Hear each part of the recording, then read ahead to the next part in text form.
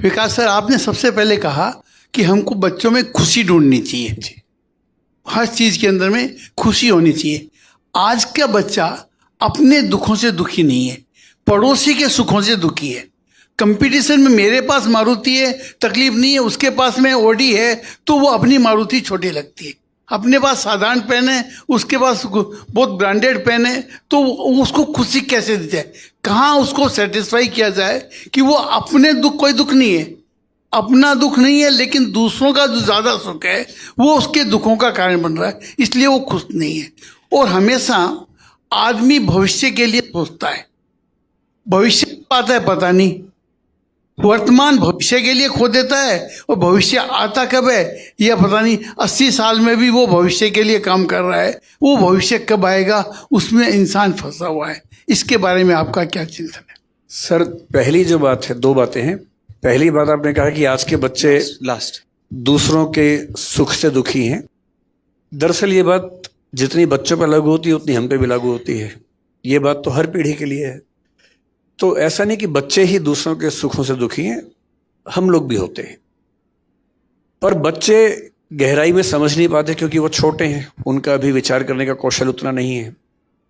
30-35 की उम्र के बाद धीरे धीरे हम समझने लगते हैं कि जो है उसमें खुश होना सीखो, हर चीज नहीं मिल सकती है। तो मेरे ख्याल से बच्चों को समय दीजिए, समय आएगा तो इन बातों को समझेंगे कि हर चीज जीवन में नहीं मिलती है। और इसका तरीका जो अच्छा होता है वो ये, आपके समाज में उतनी दिक्कत नहीं होगी क्योंकि धन की उतनी दिक्कत नहीं है, लेकिन जिन परिवारों में होती है उनका तरीका ये होता है कि मान लीजिए आपका बच्चा कहे कि मुझे एप्पल का फोन चाहिए, और फादर की इनकम बेचारे की महीने की 50,000, 60,000, 70,000 रुपए है, एप्पल का फोन कैसे दे?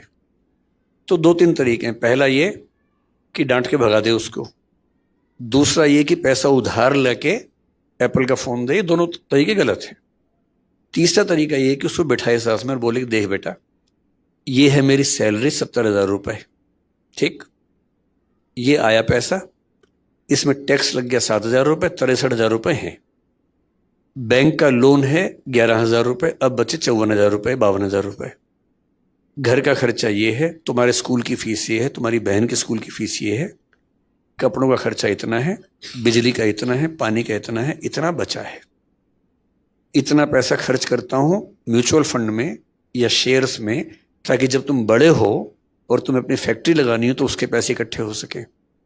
अब तुम ये बताओ कि इनमें से कौन सा खर्चा काट के तुम एप्पल का फोन दिलवाऊं? मैं आपको गारंटी दे रहा हूं कि वो खुद मना कर देगा कि पापा मत दिलवाइए। समझाने की बात भी तो है ना, केवल डांटने से या मना करने से क्या बात बनेगी?